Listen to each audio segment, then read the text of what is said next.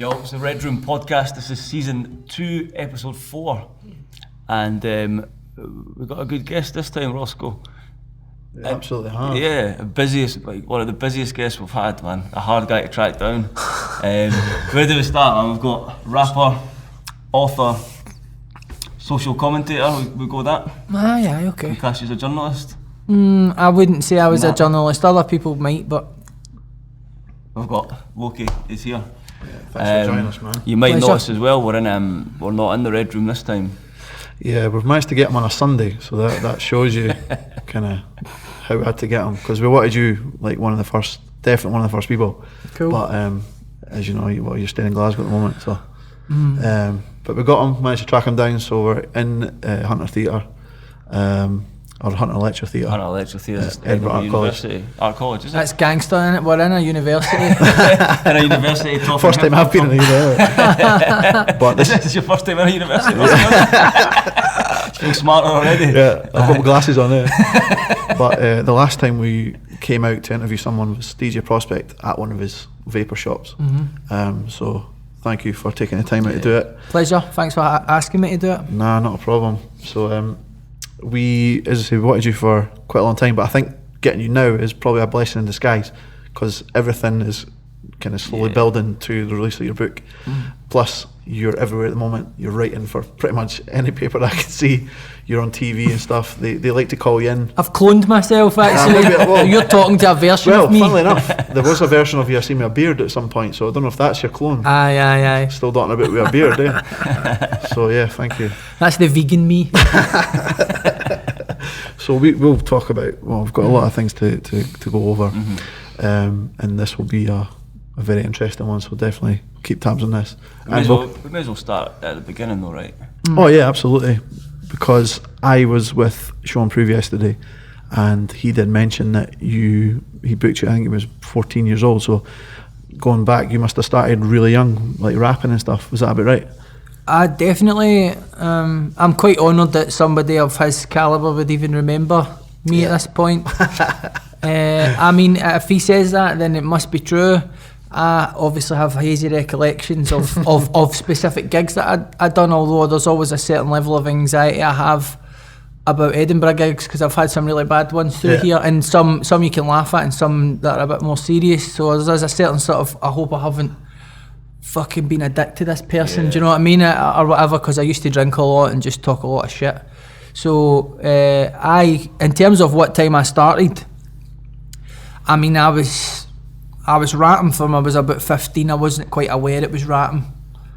Obviously American accent, listening Biggie Smalls on cassette tapes in my room. Actually, one of my first kind of sexual experiences, this is a revelation for you there. Here we go. One of my first kind of... Is this the first... I remember being kind of aroused by the skit on the Biggie album where he was fucking somebody in the car.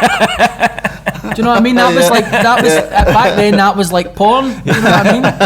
Or else a wee sneak of Basic Instinct, or The Specialist had a good shower scene in it. Well, that's to say that the younger audience don't know the struggle we had to get porn to get off, or anything like that. Exactly, man. They just get it, just type in a wee website address, sorted. Exactly. So anyway, not to veer too far into that area, but I mean that's around that gives you an insight into the sort of age I was when I was getting into hip hop. The big experience for me was hearing the Slim Shady LP in like '99. So that was when I really started to take it really seriously. Yeah. Because there was a lot of, I'm aware, I learned in hindsight there was a lot of white rappers before Eminem talking about similar issues about working class and dysfunction in families, you know, rappers like Cage or Slug from Atmosphere, or Idea, or you know, so many to mention. But at that point, there was no other white rappers on my radar. And it was the line, what was it? Mother, are you there? I love you. I never meant to hit you over the head with that shovel. And it just like, I was just like, for me, that spoke to me in a way. I had a similar relationship with my mother, is what he explains in his music, a similar dynamic. And obviously, millions of people did. So that's why they connected with it. But obviously, you feel like you're the only one No, I mean, but anyway, I got a connection to the music that I hadn't connected with any other form of culture quite like that, other than like Batman, do you know what I mean? Yeah. I wasn't really interested in anything else. I spent a lot of time just working, writing, working on wee sketches, stop motion animation things, video cameras, making what essentially were podcasts on like a cassette deck that had a record function on it, with a microphone in it, so you could record directly onto tape. Yeah. So I used to make wee radio shows, and I was always interested in just multimedia before we even had access to multimedia. But Eminem really kind of like, I before I really understood the wider dynamic of hip hop culture, I knew I wanted to be a rapper. I knew I wanted to be a lyricist. I knew that I wanted to I wanted to have that lifestyle. Do you know what I mean? Of going to places, going to grubby venues, going to gigs, battling. I was enticed by all of that. Did you know you wanted to make music with a message back then, or was it more of just rhyming? Well, no, to be honest, rap was an art form I took up later. I had already dabbled in other things, so there was always issues bleeding into the stuff that I'd done. Because for me, it became a really important way to express what was going on for me at that point in my life, which was, a lot of dysfunction at home, difficulties, and what happened was, I found a way to express my experience that was interesting for other people to listen to, and when I realised the reaction that I got from them, it gave me more motivation to do it, but also it gave me a kind of currency to trade that I didn't have before. So suddenly I have this value that I can exchange for whatever, do you know what I mean? Like kudos, an opportunity at a community centre, a kind of local gala day thing, whatever. And then ultimately, like, that's what I've been doing ever since. It's just using the ability to sort of like, to trade it as a currency almost. So the issues have always been there. It's just that as you get older, if you work hard at it and you grow and you become more mature as you go on, then the way that you express it and the way that you think about it becomes more sophisticated. So I'm able to move into other art forms, I'm able to move into other realms like here, public speaking and things like that. Yeah. But it all comes from rap, it all comes from Loki. Like often if I'm writing for like a paper or something like that, if I ask them just to use the name Darren McGarvey, there'll be a bit of resistance to that. They want to put the name Loki in it. So everything I do comes from hip hop. That's why I always try to carry that spirit into whatever I'm doing, which is a wee bit jarring for some of the places that I go where they're not used to hip hop and they're not used to people speaking very matter of factly about how they feel with certain language or a certain kind of aggression about it. But that's for them really to deal with. I try to bring it everywhere I go. So Loki, where did that name come from? It's Norse mythology, so it came from, I first heard of it when the film Dogma came out, which was a Kevin Smith film. Classic movie, brilliant. Early in his career, and there was a character in it called Loki, played by Matt Damon, and he was just like this kind of off the wall, mental, just like, it would always just escalate instantly. Never think about what he was going to say. He's just flipping out, pulling guns on women and all that on buses for talking shit, and just like, and I thought obviously that's interesting, but I didn't really relate to that. But when I heard one of my schoolmates say the word Loki, then I felt it was cool. I liked the sound of it. So then I actually went and did a bit of research into Loki, and then that's when I made the connection. It was like Loki and mythology, and you get it's touched a wee bit on in the Marvel comics and the Marvel films. He's a shapeshifter. He could be your loyal friend or your worst enemy. He's a homewrecker. He doesn't feel like he fits in anywhere. So in a way, he's in mythology, he's a sort of an anti-hero. He's not a goodie, he's not a baddie. And at that point in my life, I liked the idea of taking on a different identity, because I wasn't happy with me, I wasn't comfortable with me. I was frightened of everything. I was unsure of myself, and I always felt unsafe. I always felt like there was a threat. There's a threat around me all the time, because that's how I was raised in a hostile environment. When I took on the name Loki, it was like taking on another character, another identity. I could explore these other places that maybe didn't feel so natural to me.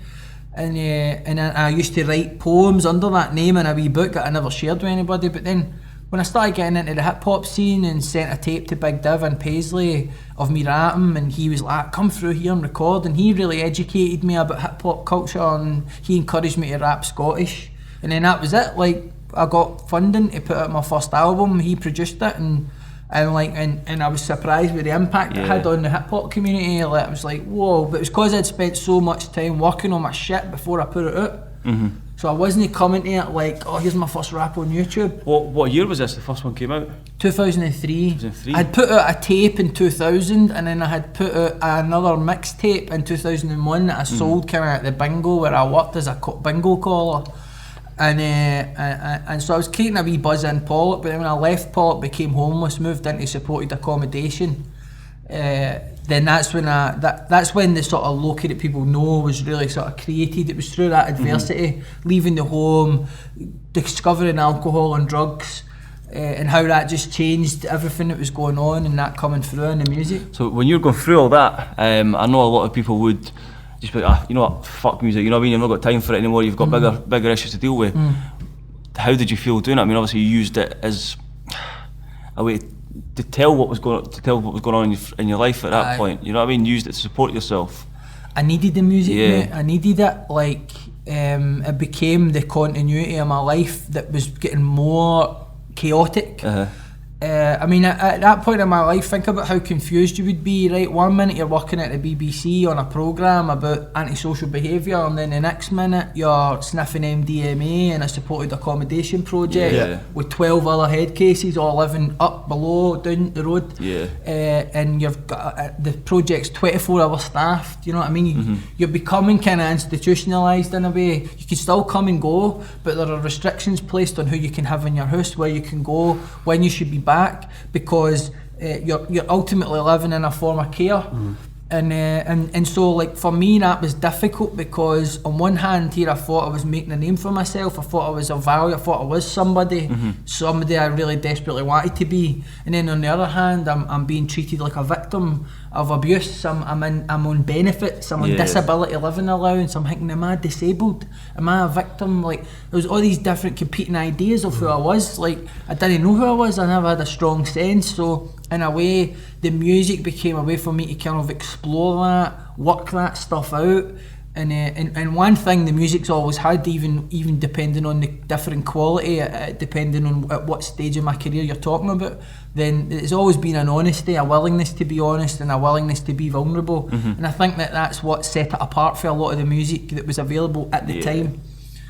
And what you've got to think about at that time as well, when it comes to the music anyway, rappers more kind of than singers, they were all probably struggling with that identity crisis of, normally you would start off being yourself, and then you grow into a character that becomes, you know, bigger than themselves, and then they can sell music and everything like that. But I think here, we've spoken to other rappers and other singers, it seems to be the opposite. It seems to be they're trying to portray a character that they think's going to sell music and be interesting, and they're going the other way to be more of themselves to become that, you know, later stage in their career. So was there like an inner kind of fight that you're talking about, like, you know, you're saying you're Loki, but you wanted to maybe rap in an American accent, but you're like, oh, should I change this? Well, see, when I rapped in the American accent, it was more just because that was all I knew. Yeah, exactly. I just assumed that to rap, you had to rap American. Kobe and Yami was exactly the same. So I never had that. It was when I met Big Div, and sort of, and he, the key thing about Div, and this is something I try to carry into how I carry the message of hip hop to wherever I go, is Div never judged me, right? There was a point, he's got the tapes of me rapping. I mean, even then I was pretty good at MC early on, a good lyricist. But the American accent, it was cheesy, and there was a certain inauthenticity about it. But he could see the talent, and also he could see that I didn't have any role models. He could see that I didn't have any community. I'd become dislocated from my friends in Pollock. I'd really tried to forget about Pollock, and really tried to kind of create this new me that was a wee bit closer to the city centre. You know, I lived on the edge of Mary Hill, so I felt like I was living in the town, which for a guy like Pollock was like freedom, because in the town people can dress how they want to dress and talk how they want to talk. There's no the same restrictions as there is in a scheme where you need to wear kappa joggies and you need to talk a certain way or you're gay. And do you know what I mean? Like I was so sick of that. I was so sick of that small-mindedness. And so, like, he could sense all that, and really he was like, he didn't tell me to rap Scottish, he just played me his music and he just played me other Scottish hip hop. Then I was like, oh hang on, I'm not the only Scottish rapper, right? So you hadn't heard anyone up until that point, no? So that's the big epiphany first, right? So there's a sort of, there's a puncture of the self-importance, which is important. And then also you realise you're part of a spoke in a wider wheel. So you're like, all right, this is a community. All right, okay. And he would play me All Time High, and he would play me Two Tone Committee, and he would play me Power Cut Productions. He would play me Scotland Yard. He would play, even older stuff like Crack Free Media. I would start to be learning about the Bench Collective that he was part of, and realise there's all these crews and there's all these different eras, and that people are making moves and all of these things. And so then, like, I felt more comfortable taking on a Scottish accent. And then actually when I did, then I just sort of like settled into myself. It was the missing piece of the jigsaw. Because it was like, of course I should rap like this. Yeah. This is me. Yep. This is who I am. So how can I be talking about being real when I'm using this other accent? Now, that's not a diss to people who do use an American accent. Like, if they know why they're doing it and they've got a creative, like, aspiration to achieve a commercial success, and they consciously choose to rap a certain way in order to do that, and they do it with a certain level of artistry, good luck to them. Like, I'm not as snobbish about it as I used to be, but at the same time, like, for me it makes sense to talk in my own vernacular, using my own lexicon of words, and that made me feel a lot more confident. I mean, I can't think of anybody more responsible for where I am now than Big Div. His early mentorship, his ability to see where I would fit in further down the line, and then obviously I had other mentors like Defy from Two Tone Committee, and Sace, who was part of Two Tone, Sace Lockhart, who they came into play a wee bit further down the line when I was more Glasgow based, and Div's had a family. I didn't hang around with him as much later on, but when I was going out into the scene and I was going to battles and I was going to gigs and stuff like that, other people came into play. They really were like family for me, because I didn't have family at the time. I was drinking a lot. I didn't talk to them. So like they showed me a lot of things that helped me operate in that world. You know what I mean? But hip hop's just been so formative for me in terms of just my life. So we're talking about the impact, how you started, the change that you went through, influenced by so many people. But something else that's come up is how acceptable it is to rap in a Scottish accent kind of thing, because even back then it was, people didn't listen to it, for being completely honest, There was only a small group of people. Even now it's becoming more and more acceptable to, rap in your own accent. Yeah, but there is still a lot of people who still... There is still, I would say, but more and more they're seen as the ones that aren't the cool. Yeah. So it's like the dynamic, the balance has shifted to the people in schemes that listen to Scottish hip hop and listen to the Scottish hip hop that's in that Scottish accent. They know the script. So now there's actually people in every community that are making the case that this is the way it should be done.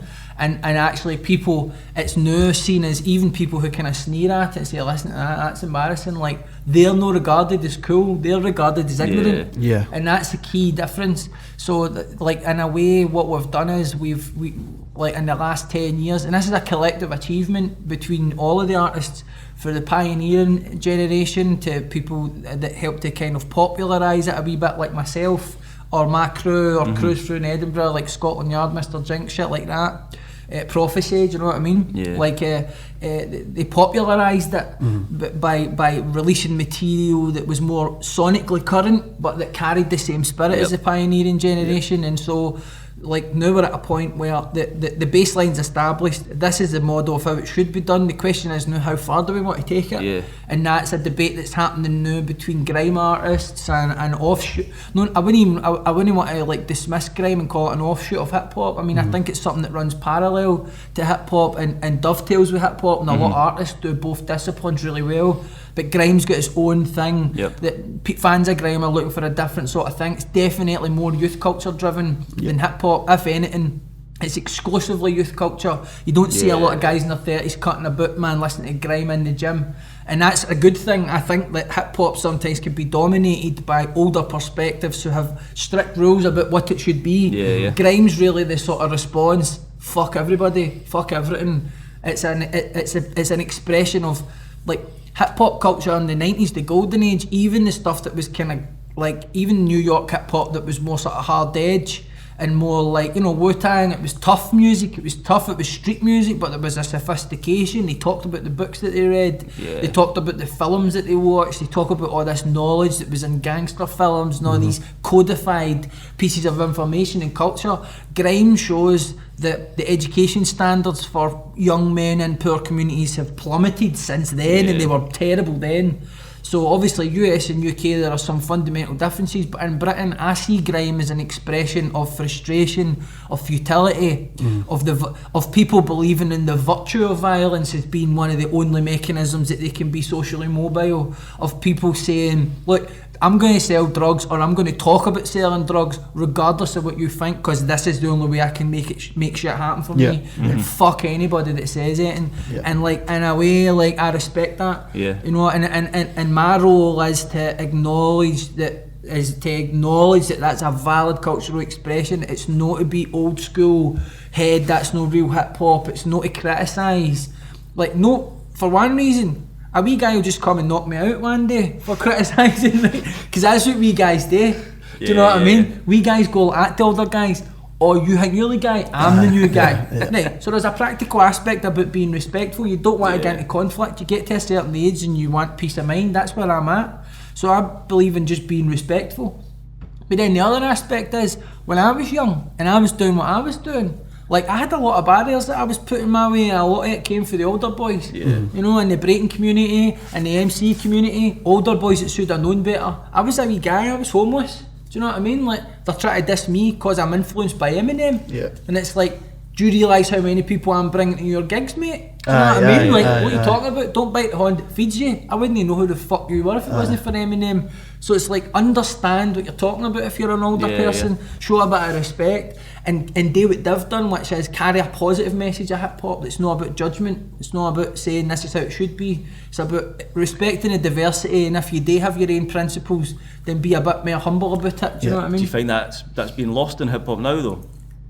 Well, I think you're always going to have the same debates and dynamics. There's always a wee pocket. It's a cycle, isn't it? It is a cycle, and obviously the social media aspect of life then sort of reverses almost the polarity of the discussion, because what social media does is it interrupts the flow of conversation and the flow of influence and power, so it creates a more kind of, I don't know what you would describe as, it's more lateral. Everybody's in the same level. Do you know what I mean? So you can't have people talking down to other people anymore. It used to be, you know, somebody like KRS-One was universally respected. If you disrespected him, the whole hip hop community would turn on you.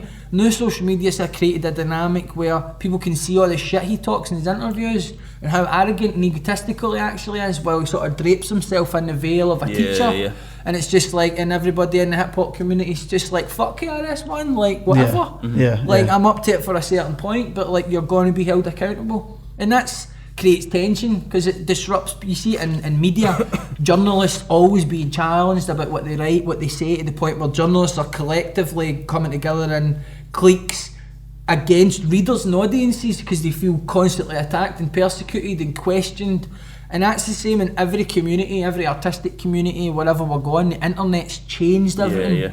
And really, I find the best way to navigate that is to try and be respectful and try to have good faith in what other people are doing, even if you don't necessarily like it. So in terms of like starting off, you're finding yourself, when did that kind of light switch go on in your head where you were thinking, actually, it's not just about sounding nice, you know, and having bars and all that, but you could actually send a message out to people listening to everything that you were doing?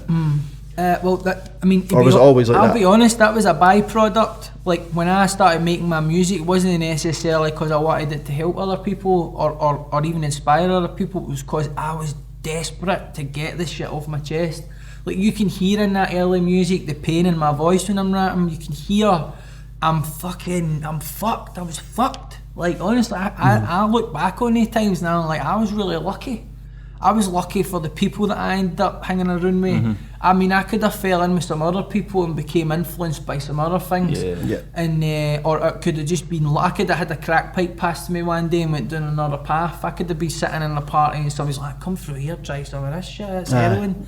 I would have said aye. I was I was just, times I just dodged a bullet with certain things like that. And then it was the same with like the kind of the bravado and acting tough and all that. Do you know what I mean? I always struggled with that. Sometimes I still do. I'm not naturally wired to be in physical conflicts. I don't feel confident in them. I'll have to deal with situations if I have to deal with them, and that's fine. I'm not frightened in that regard of what might be coming down the chute. But it's not a natural posture for me to always be talking about fighting and be hard and be tough. But in a hip-hop environment where you're dealing mostly with young men who come from hostile environments where they've learned acting hard as a way to reduce the threat of violence. So they're acting hard because they're frightened. But we can't be honest about the fact we're all frightened. We have to engage in this pretense. So I found all that very challenging, because what I would end up finding was I would drink a lot to kind of mask the social anxiety that I had, the fear that I wasn't fitting in. I always worried people didn't like me. And this actually created I ended up, when I drank, I didn't realise how it changed my behaviour. So I'm drinking because I want to connect with people, but then I'm acting a certain way that's pushing people away and causing people to dislike me, which creates more friction further down the line at gigs that I go to where somebody's always waiting. Like even now, I'll go to a place to perform last week. There's one boy at the top front of the stage who wants to storm his back to me. You know what I mean? He's wanting to let me know. He's wanting to let me know he's through here and he isn't feeling me like everybody else in the room is. Now, everywhere I go, there's somebody like that in the hip hop scene who wanted to take you down a peg, you know. But when I was younger back then, I took it heavy personal, and I felt quite persecuted by it. You know, people would diss me, the people that I liked would diss me and shit like that. I'd be like, what the fuck? Do you know what I mean? Then if I said something back to them, I was the one taking liberties with a new rapper. And it was just drink, and it was ego and drink and just all the shit young guys get involved in. And for me, it all just came to a head at the point where every single time I went out, something would happen, and it was getting to the point where things were happening that I was deeply regretting, whether it be things that I had said, done, ways that I'd acted that had led to incidents, sometimes even like extreme violence and things like that, and just always waking up on a Monday or whenever I woke up and being like, fuck, I only wanted to go out for a wee drink, do you know what I mean? And really having to grapple with the fact I'm like, I've known I was an alcoholic for a while, now I need to stop because some shit's going to happen. Somebody's going to plug me, or I'm going to end up saying something that I'm not going to be able to back down for. And I would always just lose control.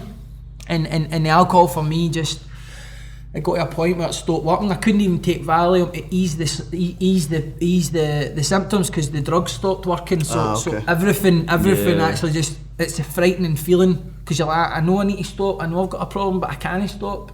And then one of your mates, one of your crew, he passed away, and I think that sort of, it got me thinking, because I remember when he was trying to get sober, and I used to sit around him drinking, and I didn't understand how hard it was to try and get sober until I tried it, and then I actually had to disconnect from my pals until I got enough sobriety that I was able to hang me. But that was an eye opener for me, because I was standing at his funeral, and I honestly was looking around me, and I was looking at myself, and I was thinking, who's next? Do you know that way? I was like, I can't have this, man.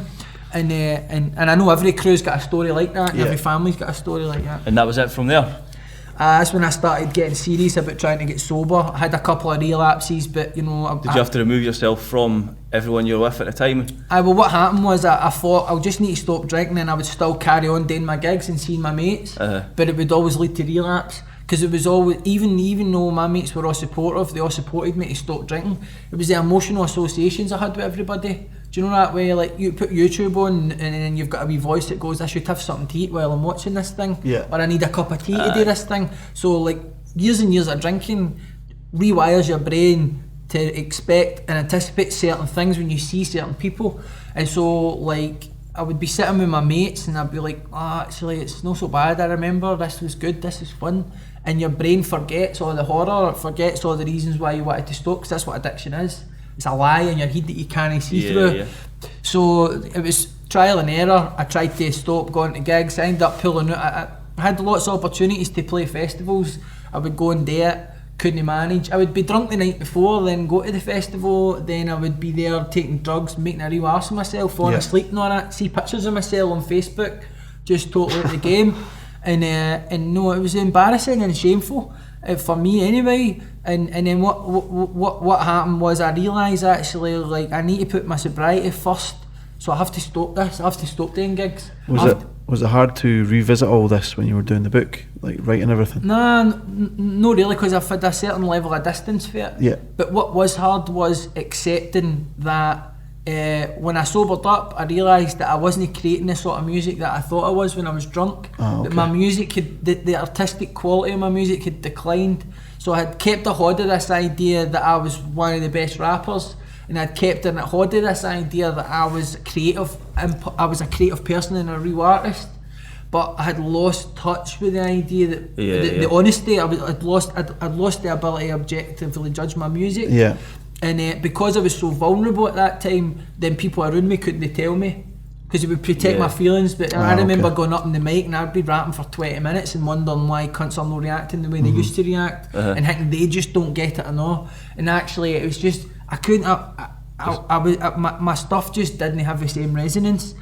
And I got sober, I couldn't gig anymore, I couldn't do anything. That's when it was quite painful realising actually you're no one of the most prominent rappers anymore. Yeah. It's these cunts. Did it hinder your creativity as well when you first got sober, or were you? No, because did you feel like you needed a drink to do it? I had a few kind of wee mixtapes I did where I was just trying to reconnect with writing again, reconnect with being in the booth without a bottle. We reconnect with being able to write and access interesting parts of your brain without drug use. And then once I figured that out, then what I done was I looked out into the music scene and I realised that the whole cast of characters had changed. Yep. So it was, a couple of people from my crew who became kind of top names. You had Hector Berserk, Stanley Odd, really taking it to the next level culturally. And I sat back and I watched that, and felt a bit insecure about what I was doing. You go through different phases of kind of jealousy that other people are being applauded, and you're like, aye, but they sound a wee bit like me. You're always, it's a self-centeredness, and then you're like, no, that's all the reason I drank. Fuck all that. And you're listening a wee bit closer, and you go, aye, but nobody's doing what I can do. And then you really reconnect. I really reconnected. I was like, doesn't matter what these people do. I'm me. As long as I'm like, as long as I keep connected to that, they can't fuck with me, because I'm just doing what I do. Yeah. And then I just went at it like with a real new vigour, sober, where I was able to really listen to the music. And actually, I mean, you might not get the same emotional intensity as you got when I was 25.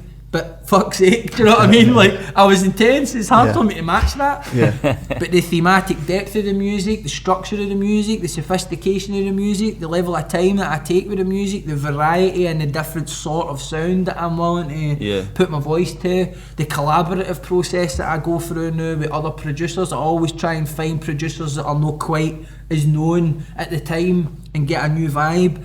And like I feel like the music might not have the same resonance as before, but I have a lot more fun making it. It's a lot more challenging, and the feeling that I get with the responses that I get to it, because I'm sober enough to fucking notice them, it brings not only a feeling of confidence but a feeling of humility, because before I was chasing that kind of validation.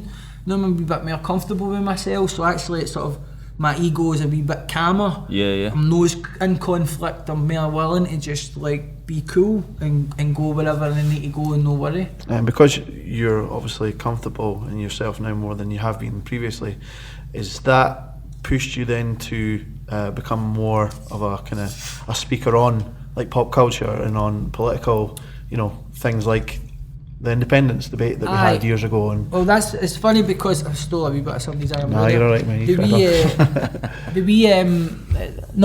Actually, I've always done a bit of public speaking. When this is another part of my life that the hip hop scene didn't really get any insight into. Part of the reason why a lot of people might have thought I was arrogant was because like I had a certain sort of confidence that they couldn't understand where it came from. But it came from the fact that as well as all my work in the hip hop community, I did work in theatre, I did work in broadcasting, I did work in media and stuff like that. For a very, very young age, the opportunities didn't come along the way they should have because of the drinking. and you know, I would turn up late for things, or I Yeah, wouldn't yeah. be there. My head wasn't in the game, or I was too like fucked to see the opportunities that were in front of me, and actually. A lot of that involved public speaking, a lot of that talking about poverty, talking about my experience, and actually that was one of the things that was one of the reasons why I would talk about myself a lot, which also people thought was kind of arrogant, but actually that was how I was conditioned. You know, see with charities that deal with poverty, or you're dealing with politicians, or you're dealing with community groups, see when they get a sense that somebody from poverty can express what they've been through well, then they'll kind of position you in order to sort of give you a wee platform, but also to kind of to authenticate what they're doing. They'll say, oh, here's a young person we've been working with, and look how well he's doing now. And when you talk well, it's kind of like they get to take the credit for it. So I was always outside the hip hop scene doing these things. So again, it was more confusion for me at the time about what's my status in here, what am I doing, like am I important, like am I clever? There was just all that confusion, do you know what I mean? And actually I had done a lot of public speaking, so I was a lot more kind of experienced in that regard than maybe some of the rappers thought that I was. But that was, to be honest, that was that ran parallel to my hip hop. You know, that started back, and in many ways even predates that. I started a wee theatre group in Pollock when I was 16. Do you know what I mean? Like, to get the troops into theatre, because all the arts companies were really shit at it, and we were on stage doing. I wrote and directed a play, and you know, we were. Oh, I've been doing this shit for a long time. Like rap was a wee bit later, to be honest. Okay. So when did everyone start approaching you? You know, after seeing you maybe at shows, or you've been a writer as well. You've had newspapers. You've been on TV. Who was like the first person to approach you, and when did it start to kind of blow up? When did everyone ask for your opinion, basically? Cool. Well, actually, it goes back probably to sort of around about the time of my first album. A wee bit before then, I got asked on Radio Scotland to talk about what was called the postcode lottery. I'd been working as a temp in Next at Christmas, and then after the Christmas period finished, some of us were invited to apply for a proper job. But a lot of people that were getting the job were people for certain postcodes. So like, I was from Pollock and I never got a job. So there was a thing in the news about like that employers were screening people based on where they came from, and if you came from a poor background, you were less likely to get the job. And so I got asked up to the radio to talk about that, and then obviously they could hear that I was quite good at expressing ideas, and that just led to more kind of media appearances and opportunities. Running parallel with that, I was seeing a child psychologist, a psychiatrist, a cognitive behaviour therapist, a neuro-linguistic programmer. I had 2 support workers, a whole fucking entourage of mental health professionals. Do you know what I mean? And I was rattling drugs, and I was rattling Eckies and Bucky and all the rest of it. But I would always be able to recover quick enough to do these things. And that's quite impressive though, to I know, be fair. it is. When you're Definitely young, you do recover quick. You've got the fucking Wolverine ability to heal dead quickly, do you know what I mean? But it's later on it stops, you're like, oh fuck man. But then it's like, so basically like he that obviously leads to other opportunities. I presented 4 programmes on Radio Scotland called Neds.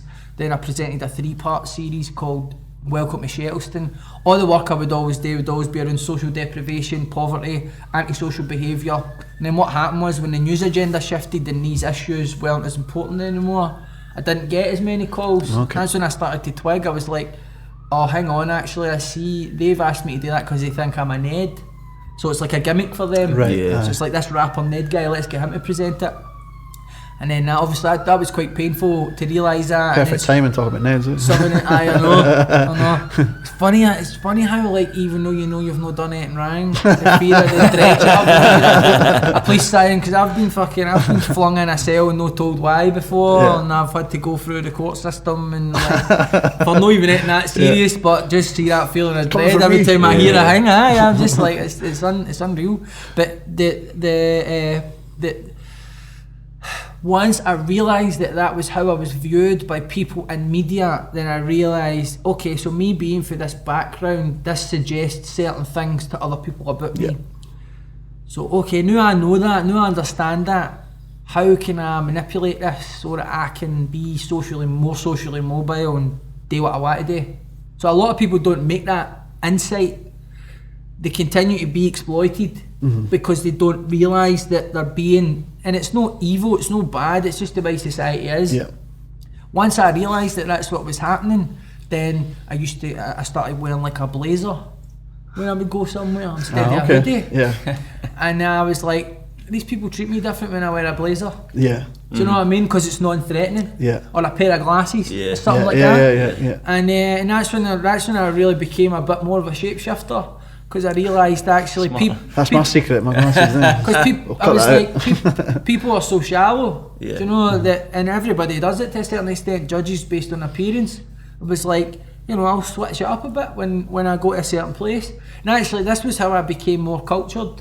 Like a lot of people I would meet would be academically smarter than me. They've read more books, seen a lot more theatre, all these things, more vinyl, understand music and all that.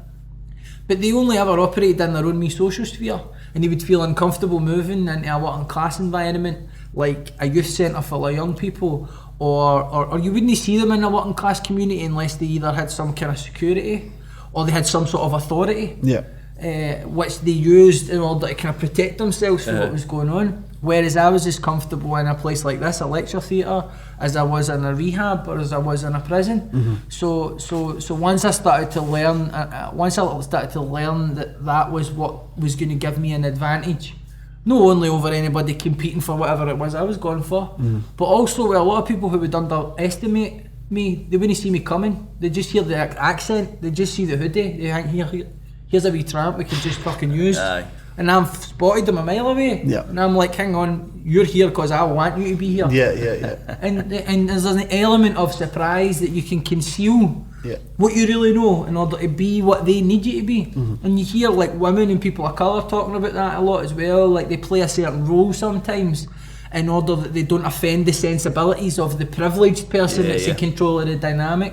And I can relate to that a lot. Obviously, because I'm a white guy, it's different for me, but I'm working class white guy, so there are other disadvantages. I've always related that to music as well, that when you're signed, you're given like a couple of albums to do. The first album is the album they want, the second album is the album that you want. And you could put that to that, so they try to get you to be this, mold you into this person, to be the spokesperson, and then you can, as you get more comfortable, you can start being, you know, more of yourself and giving your own opinions. Well, that's exactly. I mean, to be honest, the reason that I wrote this book at this time was because I knew I would have to write this book first, in order to get the opportunity to write the book.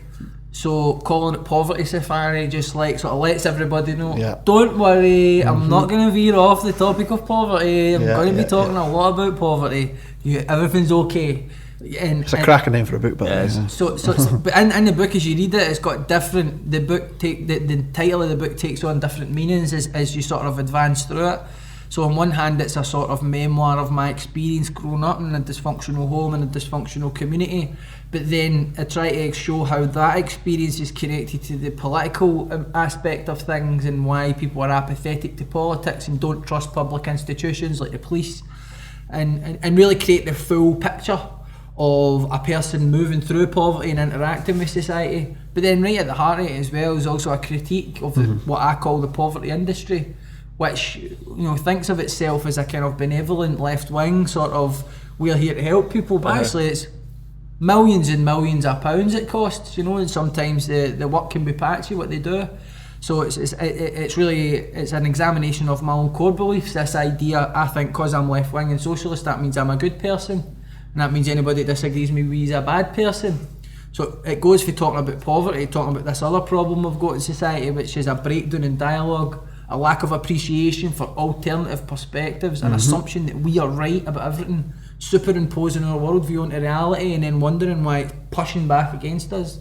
And so actually I just concealed it in Poverty Safari as a kind of veil, but actually underneath it, the book's a bit more deeper than maybe a publisher would have been safe with me tackling if I'd pitched it as anything other than a misery memoir. Do you know what I mean? So so you're right, that insight you have there about this is your first album. Really, that was me bringing to bear all the things I'd learned about navigating the kind of arts and culture and literary world to a certain extent, I was like, my best opportunity to get a chance to write a book is to put this foot forward first, play the game.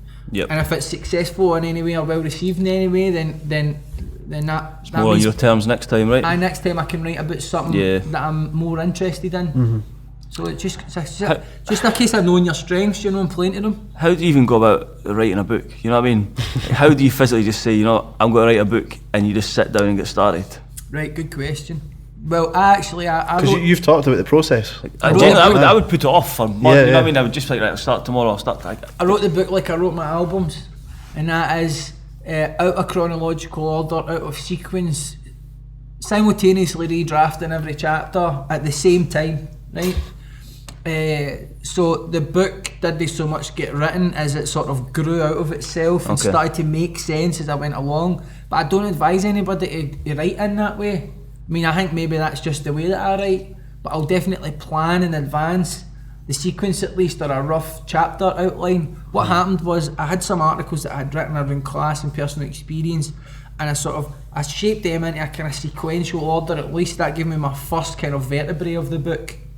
But with every draft and every new chapter and then experiencing things, learning new things, it started to change until it was very, very, very close to the end where it became clear what the book should be. Yeah. So I think I probably wrote 2 books that in terms of the volume that I had written. And obviously simultaneously to that I was working on a Trigger Warning album, which was 2 albums, and then I stopped working on 2 and just focused on one, and one I'm continuing to work on. While obviously working multiple jobs, travelling the country sometimes, working while raising a baby, working part-time, partner, self-employed, same as me. So it was a lot going on. Because you've got your YouTube channel as well that you do. Yeah, I mean, I would like to. I think I'm going to have like a kind of career reset almost, where I'm going to like archive everything that I've done up to this point, whether it be all my music, all my writing, and all my vlogs, in a kind of archive where people can go, and if they want to find my older stuff, that's fine. But there's lots of reasons why it'd be good for me to kind of have a clean slate just now. And one is that I'm fundamentally different. I have fundamentally different views and way of expressing my ideas. And also, I don't kind of want the stuff that I used to do to contaminate what I'm doing now. Because, there's stuff that I've said in music, or there's stuff that I've said in the past that I don't even necessarily agree with now. I've changed, my opinion's changed. I don't necessarily want to get bogged down in having to explain or account for that. Because I'm quite happy and satisfied that I've changed and that I've moved forward, and that's okay. I'll give myself permission to have been wrong. So I think a wee reset. I don't know how I would do it. I'd probably maybe get a web designer to help me find a way to visually do it that was interesting. But I'd like to just put all the old stuff pre-book somewhere else on a site that people can go and explore, and all the different periods of time, and you'll really see someone grow. Because I mean, I've created a lot of content through the years, and see if you were to put it on a timeline, you'll see, this is how some wee guys for the west of Scotland move through life, you know what I mean? And you see it very clear, gets a bit hazy in the middle. Would that include retiring the name, or? No, I don't think so, but I think I would like to bring in collaborators musically. So the next stage of what I'm going to do in terms of the live aspect of my thing, we'll still obviously have rap, but I'm interested in moving in a more kind of direction of theatre. Moving in the direction of my thing taking place in a theatre environment.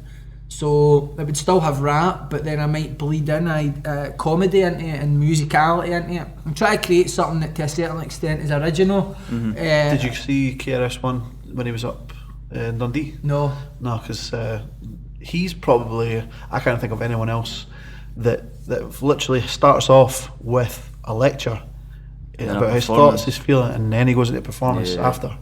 And it seems to be that you're going down that kind of route as well. I mean, I would like to definitely like to be more concise than he is, and I would like to find, I would more self-deprecate and see the absurdity in a lot of what I do. I mean, he takes himself far too serious. Absolutely. I want to find a form and a medium where I can express multiple layers of what I'm trying to put across, and I need a more visual thing to do that. So that's why where the theatre would work, or the theatre as a space. But also, I no longer want to be constrained by the kind of rhythm of a beat. Sometimes when I'm performing, I'll do a kind of improvisational show where I'll have some verses thought up in my head of what I'm going to do, but then also, if I feel like stopping and elaborating on something, or telling a joke, or making an observation, then I'm free to do that, because there's no beat. I'm not fucking it up. So it's a case of, if I could choreograph a show that was like that, where it was all plotted out, these like a comedian does. You know, a comedian will spend a year writing a thing. Like when you look at somebody like Stuart Lee, who's a comedian that I've come to appreciate a lot more later in life, and sort of tended to like comedians like Jimmy Carr a bit less, when you realise it's just loads of punchlines. Yeah. You see the difference between punchline rap and artistic rap, and you see they've both got the cool thing going on. But Stuart Lee's stuff and comedians like him, they have a theme that they're sticking to throughout the show. It's developing, it's unfolding like it does in a play or a book or whatever. And I'm interested in challenging myself to sort of find a place for rap within that, but also not to be restricted by hip hop or the expectations of a hip hop community, and really just kind of like evolve into something new. Do the public speaking and all that on the side. I wouldn't try to bleed the two. I think that they're two different things and they need their own space. But obviously that's where I want to go. I'm in talks with a couple of theatre directors about different things, different shows, different ideas, and obviously at this point where there's a wee bit of an elevated profile, and then the publicity for the book will kick in soon. If the book is well received, even moderately, then that can give you temporary cachet or cultural capital to get things greenlit that you otherwise wouldn't get, because people are like, oh, he's hot, do you know what I mean? He's making it happen, so we want to associate with this, or we think this is a good idea. So like really, I've been, without sounding arrogant, because I definitely don't think it's in the bag, my philosophy is prepare for success, and then if it comes you'll be ready for it. If it doesn't, then cool, figure out what went wrong, but prepare for a success. So in my mind, I'm preparing for the book to be well received. I'm preparing for the elevated profile to kind of dovetail with well received reviews of the book and discussion about the book, obviously criticism, but whatever. And for that then to give me an opportunity to say, okay, here's the next thing I'm doing, and move on that really quickly. Because it's really important to me that I professionalise this, otherwise I need to think about my career, what else I'm going to do, because I've got another kid on the way. So if this shit doesn't work, I need to think, next? What's my other job, do you know what I mean? How's the book been received so far? I know it's not out yet, but you've... Pretty good, aye. Well, it was on a top 10 list there's a thing called NetGalley, which is basically a site for reviewers to access books, to read, to review them. And it was one of the most requested books on that, and it was also in the top 10 of anticipated books for November. Wow, nice. And that was including like quite famous authors and things like that. So like there's I don't know much about the literary world, but there's some kind of buzz going on about it, do you know what I mean? Like even people like Val McDermott had said there was a buzz about it and that she was looking forward to reading something with a bit of teeth. And obviously I've got some quite high profile authors who've already endorsed the book, and really like the publisher's have been great and the publicists and all that. So all the recipe is there for it to go well. It's just the book needs to do well. I don't mean sell 1 million copies. I just mean this idea of me being a writer, not being like wacky. Do you know what I mean? Because if it's no wacky, then it means that I can fucking make it happen. Do you know what I mean? I just need other people to know I can write. So really just, it's all good. Everything is good. Just needing the circumstances to sort of converge. And do you know what? See if they don't, I won't even feel stupid for hoping that they would. I'll be like, right, what's the next challenge? What's the next project? How do we move forward? Because see, the experience of writing a book and the experience of navigating this culture the way that I have, it's invaluable. There's just no way that it's not worth something. It's a case that I always just try to find what it's worth. So yeah, we'll definitely get the details on how to find the book and everything and release date. But before we do, the last thing I wanted to ask you was, down the politics kind of route, is that something you would maybe jump into later on in life after you've done all this? See, if I was going to do that, I wouldn't say it. Because why would you want anybody to know? Yeah. Like, you would want to have an element of... Start your campaign now.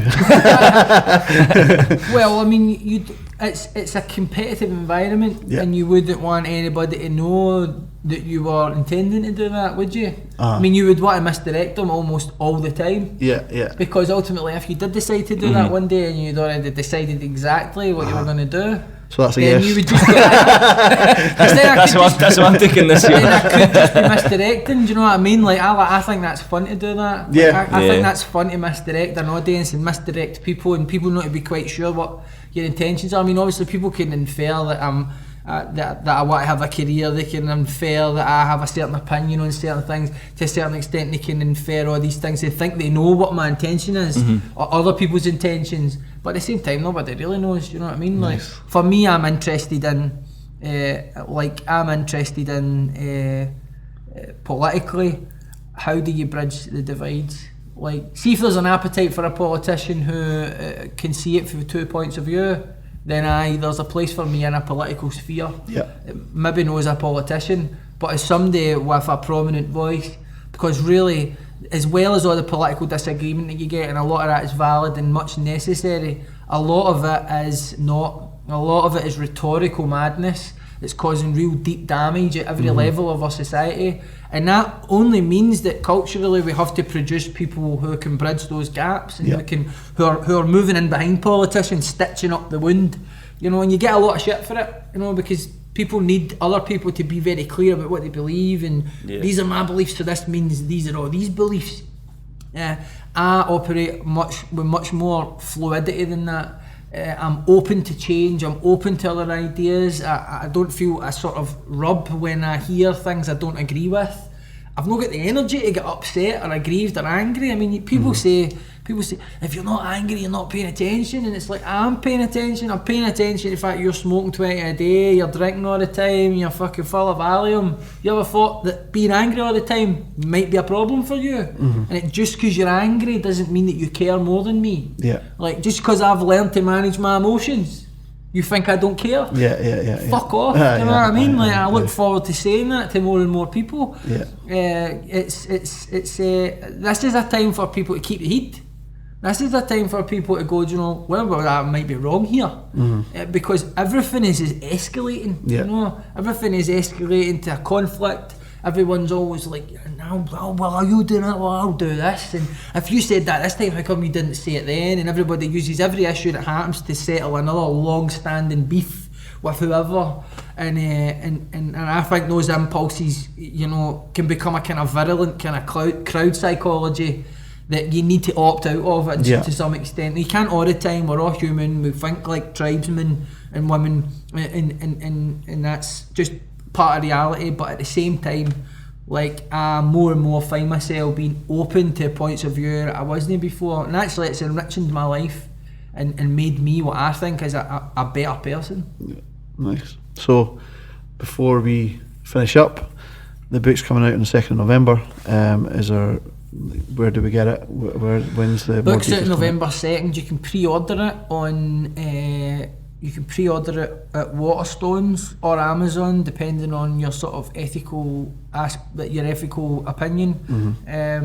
You will be able to buy it in most bookshops. Are you doing an audiobook? I would like to, and I'd like to do a really cool one with music and all that. But I think, like, the publishing world, the audio book is a more complicated thing because they usually have to be distributed through something like Audible. Right. And that just complicates the whole procedure, whereas the books are just very direct. Here's the exchange between me and you and the public, and you know, it's quite straightforward. So I would push to do an audiobook, primarily because I'm aware I've tried to write a book for people that don't read, as well as for people that do. So, like, you know, the chapters are short. You get a sense of momentum very quickly when you read the book, so you feel like you're making progress, and you're not being pushed back by, you know, a lot of research-driven prose, which is important. But my book's more anecdotal and more lyrical, and will pull people through. But I mean, some of the people that I gave to read it read it in a day, and it was no because it was short. It was 226 pages, you know, kind of short, but they read it because there was a certain sort of pull to it. They wanted to finish it. And the fact that you provided them with maybe double the amount of words or double the amount of content that they need for a book is a good sign for the future. Because you don't know, I suppose, how you're going to write a book until you actually do it. Like, am I that person that could sit down and write every night for an extended period of time and then have a product at the end of it? Or is it something you go, nah, I'm not doing that again? See, I find the thing that everybody should be doing is the thing that they feel a compulsion to do. So see if you don't feel a compulsion to write, to the extent that it intrudes on most other things that you could possibly do with your time, then it might not be for you, because there's no way to develop a compulsion like that. I've heard a lot of writers say this, and everybody needs to find the thing that they're being kind of called to do. It's a hard thing for people. I was very lucky for very early on. It was always about writing. It was always about expressing ideas, and I had a family, for all the difficulties we had, that sort of acknowledged that and encouraged that. My dad, he always said, I'm not going to force you to go and get a job you don't want to do. If you just want to write, then just write. And that allowed me to give myself permission. A lot of other people would get bogged down and thinking about, but I need to dignify myself working in McDonald's. Do it's like, that's cool, I'm not criticising that. I'm lucky I didn't have that pressure. So I'm looking forward to see how it goes. I hope people will check it out. I'm grateful, obviously, for you guys wanting to give me the chance to talk about it and all that. Have you got any signings or anything like that coming up? Anything planned? There's a few things, and there's things in the pipeline in terms of just, trying to raise broader public awareness. It's confusing as well for me. I have no sense of the scale of how this might work out. So sometimes you're dealing with bullshit online, and you're like, this isn't that big a deal. And then you get wind of somebody with a big profile who's interested in endorsing it or doing something, and then you're like, hang on, is this going to be big? And then you're thinking about, am I financially going to be better off? Is this going to make an opportunity for me to make a move in another direction? And sometimes they're all natural questions. I just always need to bring it back to whatever happens, man. Ready to deal with it, and just grateful for this, for my dilemma to be this week that too many media outlets want to write about the book, and I can't talk to them because it's not out yet. That's my stress this week. I'm a dick for moaning. Can you imagine that? That's not even first world, mate. That's just cunto, man. Thank you for taking the time out today. Been brilliant to get this out. I find this is the least we've ever spoke during an episode as well. We're just fascinated. But we said this before we came. We said, you know what? We're just going to sit back because he's got a lot to say, and we just want to hear it and hear the story. No, that's lovely. Thank you. So we played it like that. No Lord of the Rings moments today. Yeah, there we go. Which I'll tell you about after, because we talk about it all the time. Jump in the comments, because there will be a conversation about everything that's going on now. We'll pass anything on to Darren as well. So I think even this being over an hour, I don't even think we've scratched the surface of this one, to be fair. So we'll do a part 2. We'll see how the book goes. I'll come back. Spot on. I might come back with a new hat, or I might come back looking a bit rough. But cheers, thank you for watching. Perfect. And subscribe to the channel. Yeah, peace. Right, peace.